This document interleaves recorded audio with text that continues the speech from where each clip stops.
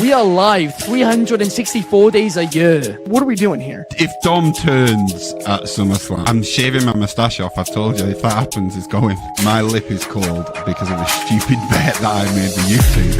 Oh, good. Wrestle's better than Daniel Bryan. Bryan Daniels. Better than Okada. How did I get 50 after Monday Night Raw?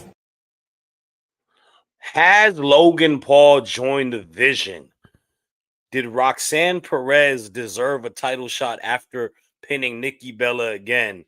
Did Becky Lynch have promo of the year? And how did y'all feel about Rey Mysterio versus Dom Mysterio potentially brewing? This is the Raw review show of the Wrestling Republic Daily Broadcast, and I am your host, Shad Talks Graps. We got a jam-packed show, as I've mentioned, and I can't do this without a prestige panel, to say the very least. First and foremost, we're going to start out with my dog, familiar face on Tuesdays. I don't know where Chaos is, by the way. We got Jordy in the bank. How are you, man? I'm good, man. I'm good. Yeah. Was I here last Tuesday? I forget. I have weeks off every now and again, but yeah, I'm always here holding down for the Tuesday crew. I don't know where Chaos is. We might have to send out a search party. But yeah, last night was a good episode of Raw. I thought I'm excited to talk about all these 4 topics as well. As always, not necessarily excited to talk about them with you, but there we go. That's the way the cards have been dealt this My week. God, bro. I would give you a nice intro, man. We might have to remove him, bro. I should have never let that fool been the first introduction. We should have really kicked it out to the DMV because we got my broski Ant University. What's going on, bro?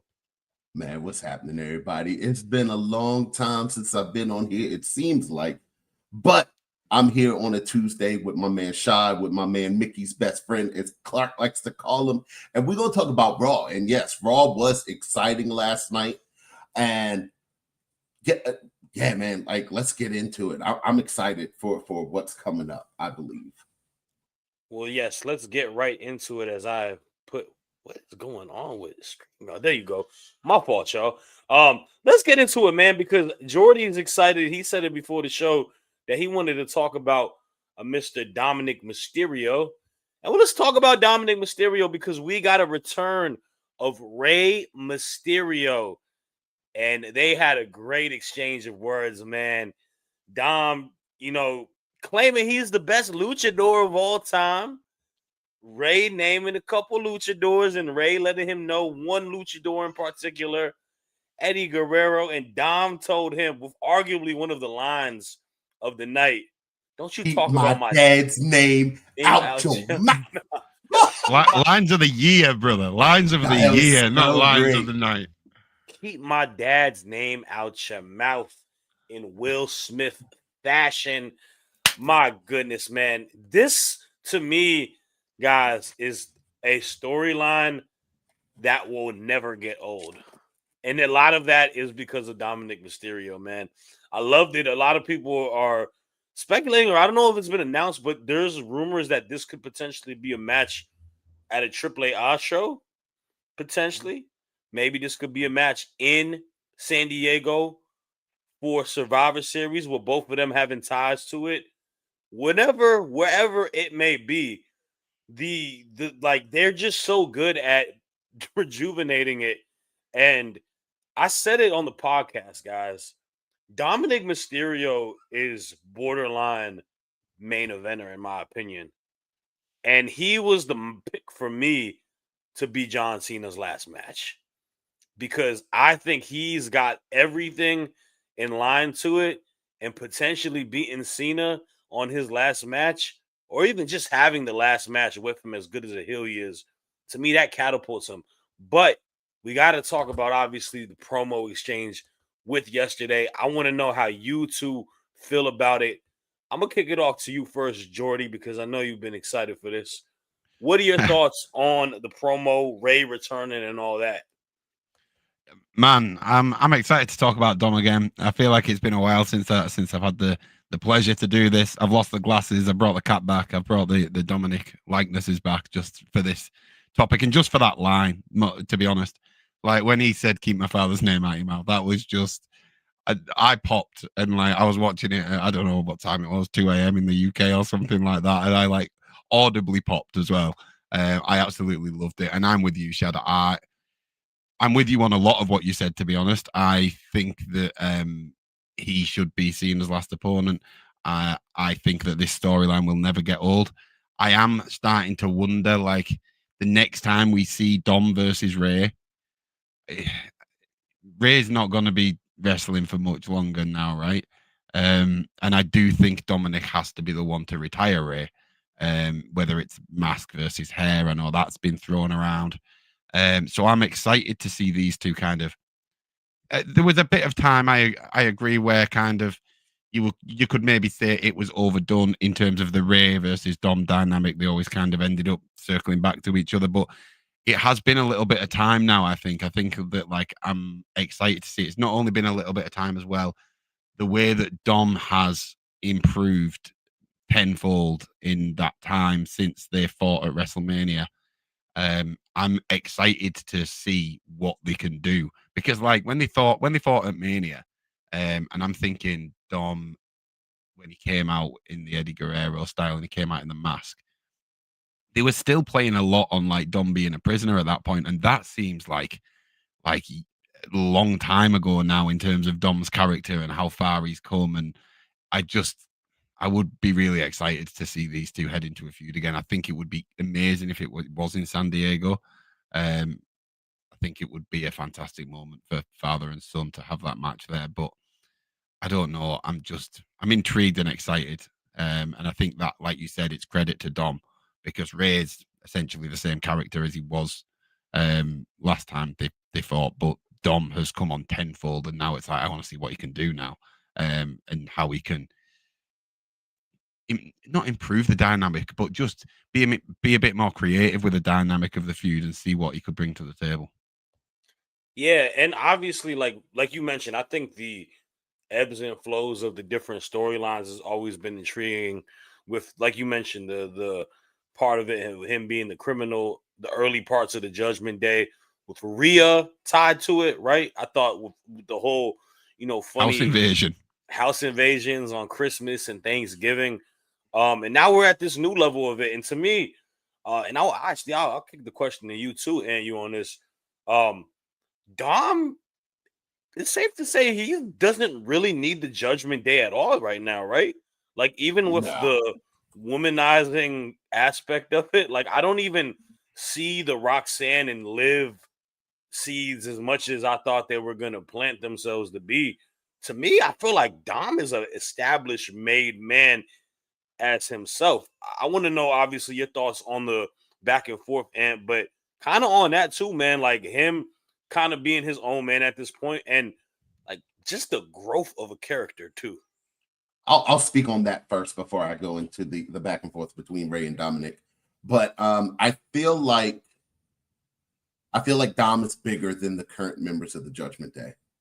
Now I feel like, or you can already see where Roxanne and Raquel are starting to turn, and Finn and JD are starting to go their own way because Dominic is the title holder now in the group. He's a double champ, and with all that being said, I think the only person who is on par with Dominic Mysterio right now is Liv Morgan.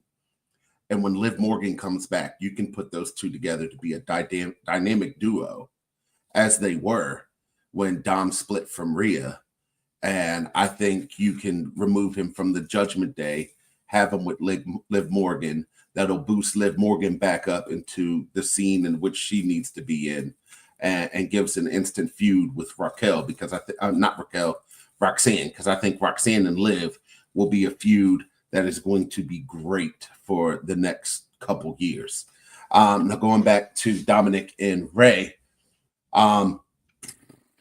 this time off for Ray was good. Ray looked slim. Ray looked really in shape. His 619 was so fluid. And if you guys remember, I don't know if everyone remembers, but I remember about 2 months ago, WWE had on Indeed, they were looking for new writers. So I don't like last night's promos from Logan Paul to the one we're going to get to here in a little bit, the Becky Lynch one, to the Ray and Dom. Everybody was just spitting fire last night. I don't know if that is the case of new writers coming in, but whoever wrote those promos last night did an amazing job and hit every single beat that they needed to hit within the show. So once again, man, Ray, like I said, Ray hit the 619. Dominic got out of the way when he went to the top. It's just it was fun to watch because I don't care if you're 35 and older, or if you're 26 and older, you've been a Rey Mysterio fan at some point in your life. So it's good to see Ray back. He's like the man that time forgot, man. He does things sometimes where it's just like that he should not be able to still do that at his age, but he does it. So like this is going to be fun because Dominic Mysterio has improved tenfold. As everyone says, his whole wrestling ability has improved tenfold. So this should be a standard bearer for Dominic Mysterio. How he does against his dad, and I hope his dad doesn't hold back on him at all. I hope they go out, they give us a really good match. Regardless of who wins that match, the fans, we all win. Because it's going to elevate. I think Ray should definitely elevate Dominic. I wouldn't be mad if it was a squash match. If Dominic came out and just dominated his dad and started screaming at him, "You're old, get out of here. I don't know why you're back." Like that would be like amazing. There's so many ways they can go with this. I'm excited to see where it goes, but I'm not going to hog up any more time, man. No, man, Shad you're wants good. you to, apparently. Obviously, I have to agree with you on the standpoint of Ray. Whoa, shots fired. Anyways, let's just remove both of these guys from the show and let me talk for a minute, all right? Haters out here, man. Nah, but Never. to that point though, man.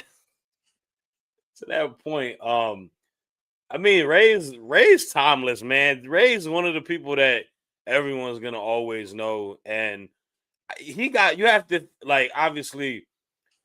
You and me are both dads here, and you like just being able to do this with your son and seeing your son like kind of grow and become so amazing. Like it's like a Ken Griffey Jr. type of dynamic more than anything. Exactly. Like, And something as well that Ray's never really done the heel thing as well, right? Like he's like already entered into a different. Go on, sorry. Oh no! Ray was a heel when Ray was a heel in WCW. Right, yeah. So I'm just thinking, like, I think WWE, once they caught on to how many kids loved Rey Mysterio, it was almost like, obviously Cena did it this year, but he was in that like we can never turn Mysterio heel because like the kids love him too much. And I think within WWE at least, or WWF, Dominic is already going into a different realm that I've ever seen Rey Mysterio do, in a different one. Whether Rey Mysterio wanted maybe to go down and have a heel run in WWE, we'll never know. But just something that you mentioned about Liv Morgan, and I think when Liv comes back, she's getting the biggest pop. She's going to be a face, right? She's going to be cheered.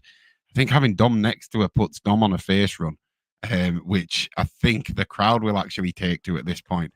And now I'm wondering if to get there as well, if Ray and Dom actually shake hands, if Dom helps Ray up at the end of the match, and it's like, and then the crowd will really be like, okay, right, we are taking to this guy now. He's becoming more of a face, but I just don't know how we need to keep Dom being the guy that is sneaking, hitting the bell and calling the match, and you know what I mean. So to me, Eddie Guerrero was a great face and a great sneak also. So like I said, when with China as well. Yes, there's one comment, right? Fernando Zaya says Dominic Mysterio squashing Rey Mysterio is ridiculous and very disrespectful to Rey. No.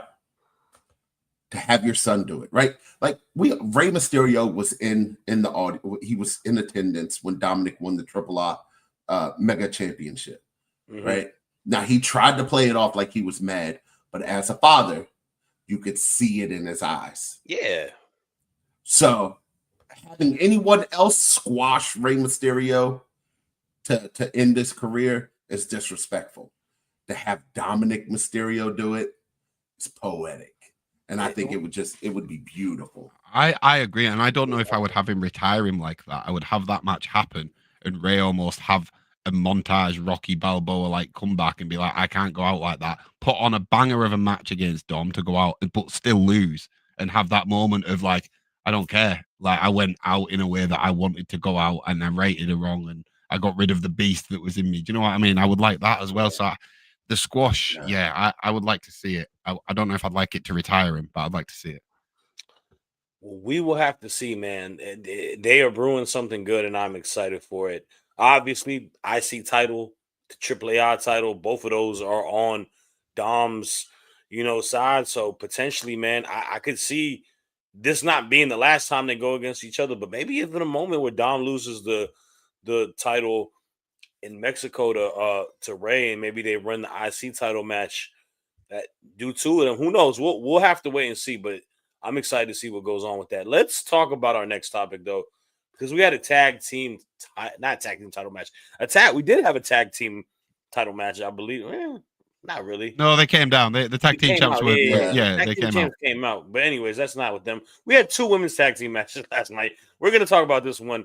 Speaking of the Judgment Day, we got Roxanne Perez and Raquel Rodriguez going against Stephanie Vaquer and Nikki Bella, the 2 bestest friends that could ever be established in pro wrestling. Obviously, you know what I'm saying? Long-term friends. Yep. Stephanie Vaquer, as Nikki Bella calls her unintentionally. She didn't mean that on purpose. What y'all mean? Needless to say, they took an L, and Nikki Bella took an L again. She has lost to Roxanne Perez 2 times in a row via pinfall, and I'm going to be honest with you. I have no idea what Nikki Bella's purpose is character-wise on Raw. Like, I don't know if after everything that went on with Becky, I don't know if they have the utmost trust in her, per se, within doing storylines. I don't know if they see her as a singles person, but this entirety to me is just her to kind of get us in the direction for Stephanie versus, I believe in Raquel. And I don't think you need that. Like, I don't know. I'm not a huge fan of the dynamic of it. I think Stephanie is such a great champ, but a great character. And I feel like her and Raquel should just be 2, just stoic, incredible stars going face to face. Raquel being this heel heavy, you can have Roxanne do what she needs to do. But Nikki Bella kind of in the fold of it. It really isn't for me, but I want to know if it is for you, Jordy. Mm-hmm. Give me a thought. I don't know, man. I find it weird. Like I don't know what the plan was with Nikki Bella coming back, and I've got nothing against Nikki Bella. I respect her a lot. I respect her a lot. I think she's solid in the ring. I would even maybe say that at points she's kind of surprised me that she can still go to a certain level. But it's and she touched on it in a promo last night herself. Like, and I kind of like that they're leaning into it. That like this is a different era now. Like you've got Steph, Roxanne, Raquel, like these big names. It is a completely different era, and I personally have got no problem with the fact that Roxanne is pinning Nikki Bella. And I wanted to just take a second to have a look at the year that Roxanne Perez has had on the main roster, because I feel like it's gone a little bit under the radar. We all think she's done great, and she absolutely has done great. But I did a little bit of research, believe it or not. So in 2025, so realistically, she debuted on the main roster properly around the Royal Rumble time, right? So that was the 1st of February. She's had a tag team title run. I know it wasn't, maybe she didn't win it, but she's had a run. She was in the Money in the Bank match. She was the semi-final of the Queen of the Ring. And to get there, she beat Liv, Rhea, and Kyrie in a fatal 4-way match. she had a fantastic showing in the Royal Rumble as well, like one of the standouts of that match. She was a participant in the Elimination Chamber. She beat Becky Lynch and Natalya in a triple threat match. She's beat Alexa Bliss, Raquel Rodriguez, Lyra, Io Sky, Nikki Bella, all in singles competition. I'm not surprised that she's going to beat Nikki Bella again. I think that WWE have the most faith and the biggest ideas for Roxanne Perez. So I just think it's unfortunate for Nikki Bella, but like when that happened, I didn't feel bad for Nikki. I felt happy for Roxanne because I want her to go on to be the best that she can be. And I think by pinning people like Nikki Bella repeatedly, it's got us talking. And I think that's a good position for Roxanne to be in. I get it. I understand the aspect of that. But to your point, you just named a great first half from Roxanne Perez, right? She was, it's like football, right? Again, like you got 28 on the board, and at halftime, you just kind of chill. You run the clock. I'll leave the show. I swear I'll leave the show. You do it, and I'll leave the show. I'll leave. Roxanne Perez. I didn't mean it like that. Chill. I think Roxanne Perez's booking second half of this year has been putrid, Jordy. I don't think she has been as, like, I won't say it's the worst thing in the world, but she's also been the fall girl. She's getting wins now, which is nice. She's getting them over someone who you can, is a Hall of Famer in her own right. But Roxanne Perez coming out of NXT was a hot commodity. Mm-hmm. She was one of the most historic NXT Women's Champions, multi-time NXT Women's Champion, NXT Tag Champion. They brought her into here, and it goes back to what I said earlier with Dominic Mysterio. It was there for them, right? The whole Liv Morgan aspect to it, they've kind of diverted from it a little bit. And now it's to a point where I don't really have intrigue to see her and Raquel do anything tied to the Judgment Day. I feel like they're their own unit. They could be the tag champs, whatever it may be. My idea or my thought process was Roxanne was going to go ahead and get one of the mid-card belts potentially, be the IC champ, maybe being the one to beat Lyra but obviously Becky's the champion. And I think she will get there.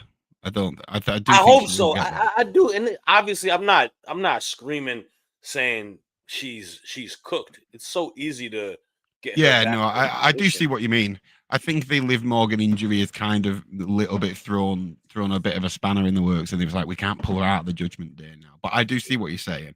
Would you say that she's been booked better than Julia, despite Julia winning? Oh yeah, Julia's been booked which is horrible. Mad, right? Julia's been booked horrible. Yeah, which is crazy. I am a huge. I have been on record, man. Everyone knows I'm a big Joshi fan. I'm a big Stardom fan. I love Julia from prior to the WWE. I had a big excitement level for her coming into the WWE, and I don't know. I NXT, I thought she was fine, but I feel like she could have marinated and cooked a little bit more on NXT before bringing her up to the main roster. Like the conversation we have all the time in that chat is SmackDown feels hollow as hell. And you guys gotta be patient, man. You guys gotta be patient, brother. Gotta have some patience, man. I was running on Tiffy time, but that unfortunately they need to book the women's mid-card titles better. That's the issue. I think they brought two in when they should have brought one in and had it across the brands. Like they said they were going to, and then all of a sudden they were just like, "Oh, we've got an IC one as well," and it was like, "What? Yeah. What? Like, what's going on?" I thought it was going to be cross-brand. Yeah, and yeah, exactly. One is a Raw, one is a SmackDown title. So I do want to get through a couple comments before we go to our wonderful ad reads because we got the homie Mary in the house, and she is giving a happy birthday to her husband, Luis. Happy birthday, Luis, man. I hope you have a birthday. Happy birthday, my guy. Y'all just had an anniversary too. My guy is winning this week. Mary, make sure you make that, man. I know you be chefing. Better give him the most bomb diggity meal out there. And tell the cats to not be mean to him also. Because Mary got like 740 cats. And then we got a couple other comments I want to see. We got Fernando's Eyes also saying, of course, Roxanne pin Nikki Bella again. Should pin her every single time. they meet in the ring. All right, hold up. Good God. I know people don't like Nikki Bella a whole lot, but like that was kind of trash. crazy. Yo, chill, bro. She's not look, she's far less of a wrestler than Roxanne Perez is by any day, but she is a Hall of Famer and she wore Chicago Bulls centric gear for her jerseys. That's all I got for y'all. She's people power. She's a reality TV star. Anyways, let's go into something really important, and that's what we got going on at Wrestling Republic. We got a jam-packed schedule this week. If you haven't already, we had our episode of the Wrestling Republic weekly podcast that just dropped. We talk about John Cena. We talk about who his last opponent should be going on in the tournament.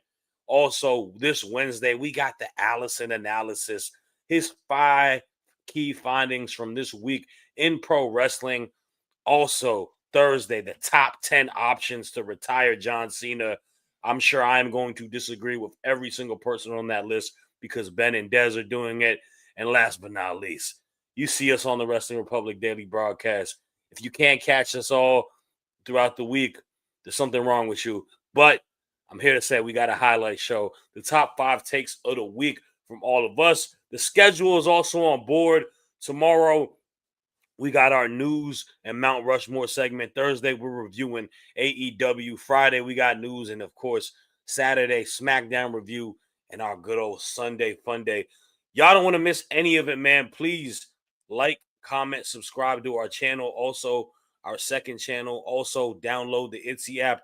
Also, cash at me $500 if you want to. Hey, man.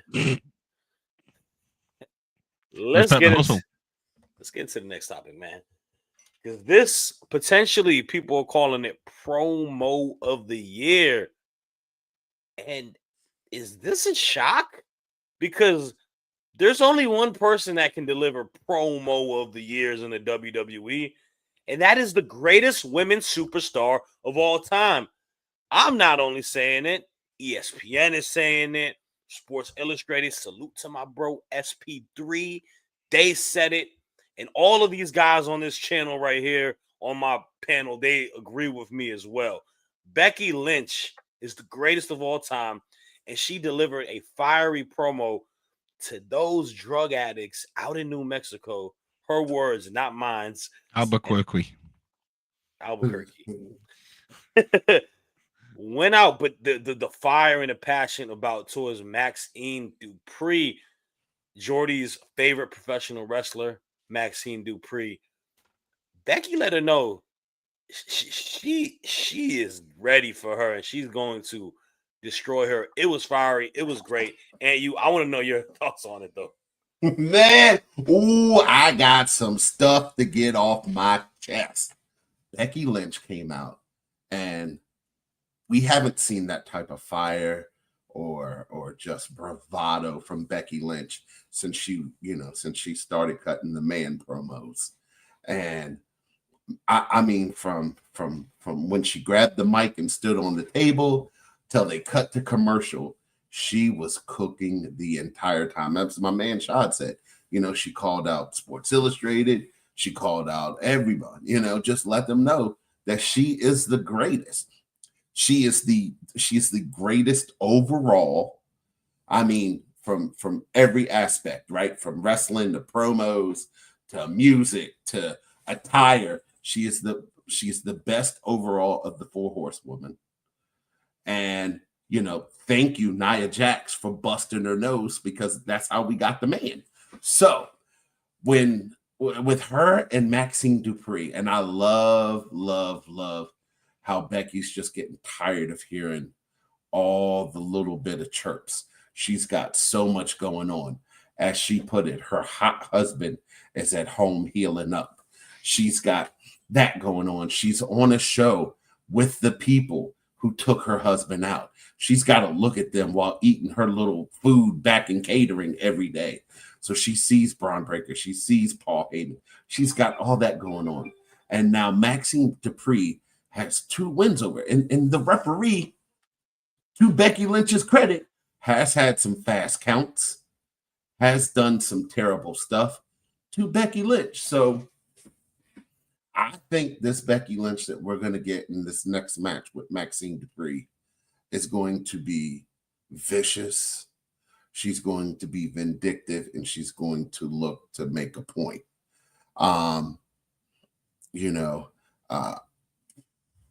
We always talk about people getting buried and getting squashed and not being able to make it back into championship contention.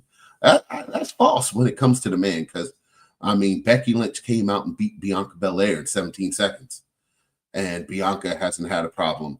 When the man comes around and gets to you, you've been got. So Becky Lynch is out here doing all the things that we need Becky Lynch to do, especially with Seth Rollins being hurt, to keep that mid-card women's division on SmackDown cooking. And that's not what's happening. That's what we're not getting on SmackDown. Excuse me, I mean on Raw.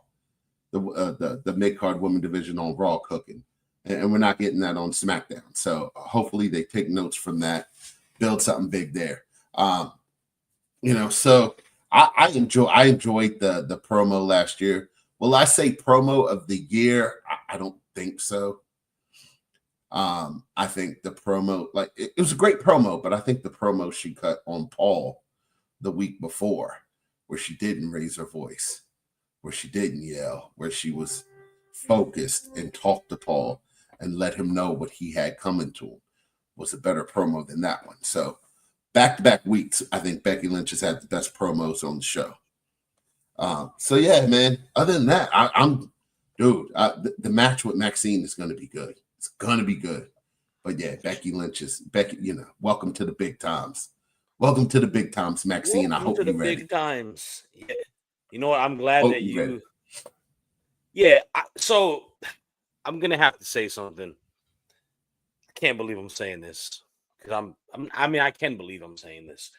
Before I said Maxine Dupree needs to be the one to defeat Becky Lynch for the Intercontinental Champion. After last night, Maxine Dupree needs to get the ultimate squash of all wrestlers. Becky Lynch needs to put her in the dirt. Not saying she needs to actually kill her, but figuratively, she needs to just end her. She needs to put her at a local medical facility because, to Aunt Yu's point, this bag she's in as a character, this anger, this is what they need. Becky is easily, as the IC champion, she's the most important women's champion throughout the entire 3 shows. She has us invested in a feud with Maxine Dupree. Put some respect on Tatum Paxley's name for a second. Oh yeah, I love Tatum. Tatum is, she's just fresh into it. She's just new into it. You gotta give her a little bit of time. But you look at it. I see what you mean. It definitely on the main roster. Yeah. Well, if I can refer this to something, let's not count. All right, I'm not going to count Tatum and Jade just yet because they just won the belts, right? Mm-hmm. Right. They just won the belts, and I thought JC Jane had a great title reign herself. But to what we saw with all my girls was champions. By the way, this is amazing. What? Now it's gone. We lost it. But we had a good run. I had Chelsea and Zelina as well. We had a good run. Okay, Zelina Vega was arguably if I can compare this Becky Lynch, if I can compare this Becky Lynch Intercontinental title reign to something, it would definitely have to be when Macho Man was the Intercontinental Champion. Mm-hmm. It made it she makes it feel like it's the big one, and it needs that. It needed that. And the US one. Even when Gunther needs it as well. Was the IC champ too, though. It's about. And that's the thing. I feel so the conversation we always have with champions is I have this argument all the time with other counterparts, man. A title ain't gonna always make you. A title's not gonna make you. You gotta make the title in a way. right? Quite the opposite, bro. It can break you, and it can be the biggest downfall. I absolutely can be the biggest carry to the top of the mountain, and it can put you on that playing field where and you smash it, and everyone sees you as a champion from that point on. Mhm. Or it can make people go, they're not ready, and then so- you go right back down, and it's tough, man. You have to time it right. And to your point, Aunt you, because you talked about SmackDown, that's the missing piece of SmackDown's US title. They haven't had a champion or even give the opportunity to allow a champion to make it feel important. You know what I'm saying? Chelsea was the best, and Chelsea she was the best. it was a gimmick run, wasn't it? She It did was a make gimmick it. one, but they had her eating L's as champion. Yeah, and she was saying like I'm the longest reigning Me too. champion when she was the first champion. She was like literally making a joke of it, and it worked. But you're right, we need somebody to put some stature on it, and then Chelsea can have that run after it, and it makes it better. But no, I completely agree. The US one. The US women's belt 100% needs a Becky Lynch like run, and it's not just on the women's division. Remember when we got the world heavyweight title back in the men's division in the main event scene? It was like, well, you can't just throw a belt at us. We need to care first. And then Seth had a great run with it, and it was like, right, okay, they've put some stature on it. Gunther won it. Do you know what I mean? And now we're at a point where we do. Punk's got it. Do you know what I mean? So we care about that belt a bit more now. Bianca Belair needs that. SmackDown Women's US champion. Yeah, actually, that's the perfect person. Perfect. Yeah. Or we need Did you apply for that job for writers?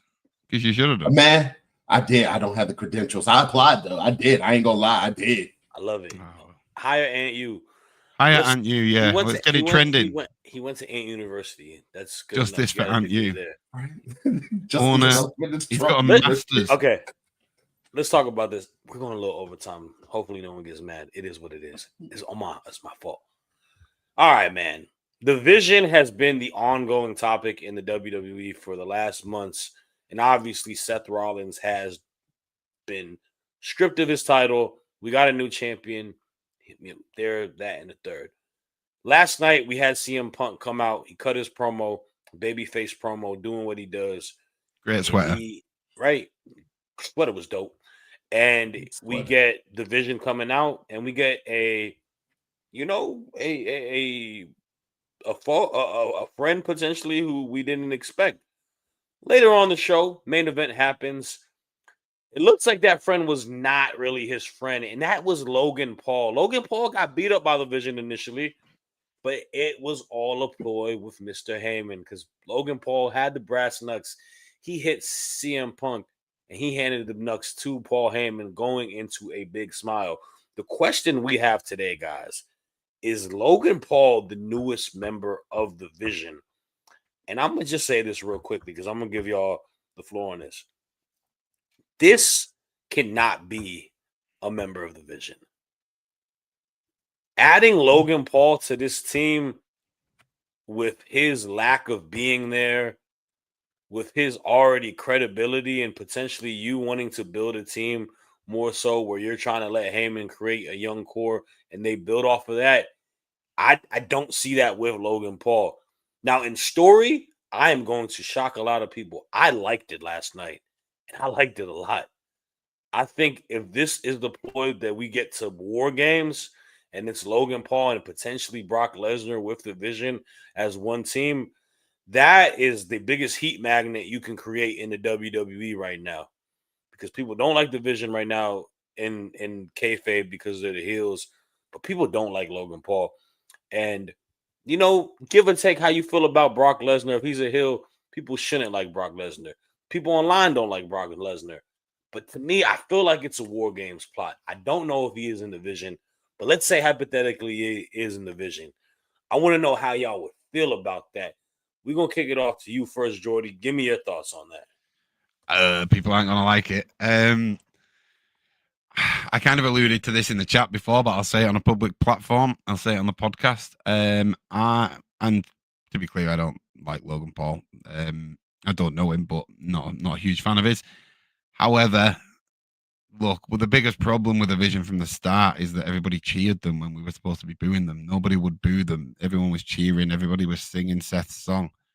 we're talking about the vision of the industry, the vision of the future of the industry, and the way that this industry is going. Having Logan Paul in that kind of makes sense. Like, and it will get them booed. It will get them booed a lot more than they were. Even to the point where I'm not sure people will bark along with Bron anymore if he's got Logan Paul stood next to him. And I do think that's kind of what they needed. Whether this is the best way to get there, I don't know. But there's a lot of things that people maybe don't like about the way that the industry is going, ticket pricing, things like that. You know what I mean? And I feel like Logan Paul is almost like a poster boy of that, because he's like bringing the influencers to get the more casual fans across to sell more tickets, blah blah blah. So whether he's the Seth role in the vision, I don't know if he suits that, because I agree they need to be in the business week in, week out to really hold that role. Part of me thinks, like, for God's sake, Logan, if they're offering you that, take it and show people that you will turn up week in, week out, and play that role. But I just don't think that role is suited for him. But do I think that he could be a member of the vision that isn't there all the time, and maybe comes in and helps them out when he can, and gets them to, I don't know, red carpet events, and you start seeing them outside of WWE together, and Logan's putting Bron Breakker into positions within media, and you know what I mean? I think there could be something there. I hate it, and that's why I think it might work, if that makes sense, because we're supposed to hate them. Yeah, and that's kind of where I agree with you on that. I feel like they're doing their job kind of correctly, but him being part of the vision, I'm gonna kick it off to you on this. And do you think he's the right choice, or do you think they should have been picking someone else, like a potential, let's say, an Austin Theory, a Carmelo Hayes, an Obafemi? What are your thoughts on that? So I feel like Logan Paul is the perfect one. I think Logan won't overshadow Bron Breakker and Bronson Reed. I feel like if you brought in someone like an Oba's such a figure, he would start overshadowing. I think you need just that weasel. You need that snake in the grass. You need the heat, because when Bron Breakker comes out, the people are still barking. You know, they're barking, they're cheering. Like when they were with Seth, people were singing Seth's song. So if you really want to put this over as a heel faction, and you really want to get them the hate they deserve, no one's better than Logan Paul. Logan Paul has created an entire life on getting people to hate him. Like, just to hate him off his face. Do you know how crazy that is? Just someone see you and they go, oh, I can't stand that guy. It's crazy. So I think for this young group to get major, because all three of them could end up being in a major title scene, you know, within the next 4 months. And as much as you hate them, you love to hate them even more. So I'm cool with Logan Paul being there. I hope Logan Paul is the third member of the Vision. I hope Paul Heyman is the keeper of the brass knuckles, and he passes the brass knuckles to Logan when he needs it. And you just, let your villains be villains. So I'm cool with it. I'm cool with that. I love the thought of it. Once again, I thought the writers did an amazing job putting stuff together last night. Yeah. One thing that I'll go ahead. Sure.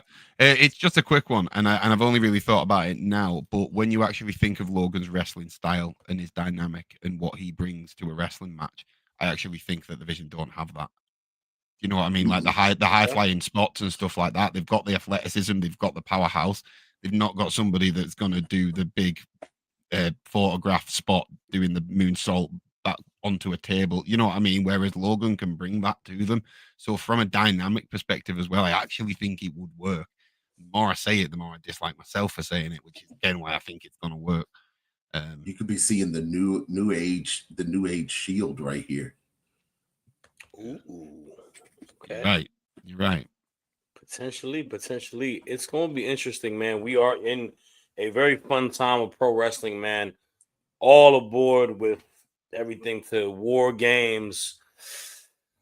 Mania season will be not too far away. The Rumble, man, this is where stuff gets good. And Triple H yesterday online did say, this is the start of something new, right? This is a new landscape. new landscape. Mhm. So maybe that is kind of a key to what you were saying. And the writers maybe got a new battery in their back, or maybe they're just new. We'll Winter wait of and Punk. see. Yeah, we're gonna wait and have to see, man. But that is all the time we have today. Thank you to Aunt You. Thank you to Jordy. Thank you guys in the comments. Make sure you like, comment, subscribe. We'll be back the same time tomorrow. I am Follow Sharp. Wrestling Republic. Tell your mama to follow Wrestling Republic. If your girl ain't following Wrestling Republic, get on her phone. Follow everywhere. Follow Jordy. Follow Shad. Follow your boy A&U. If you Go ain't to your doing it, local you're missing out. superstore, grab the intercom, and tell everyone in that store to follow Wrestling Republic as well. Word of mouth is how it gets done, guys. We can put on the best shows, but if we're not getting the people here to watch them, it doesn't matter. So do your jobs. Tell people how awesome we are. Tell people how great Jordy is. 6'7", Mickey's best friend. Tell them about Shad's beard. Let's have a great day. Talk to y'all later. All right, man. Yeah, have a good one. Peace. 6'7".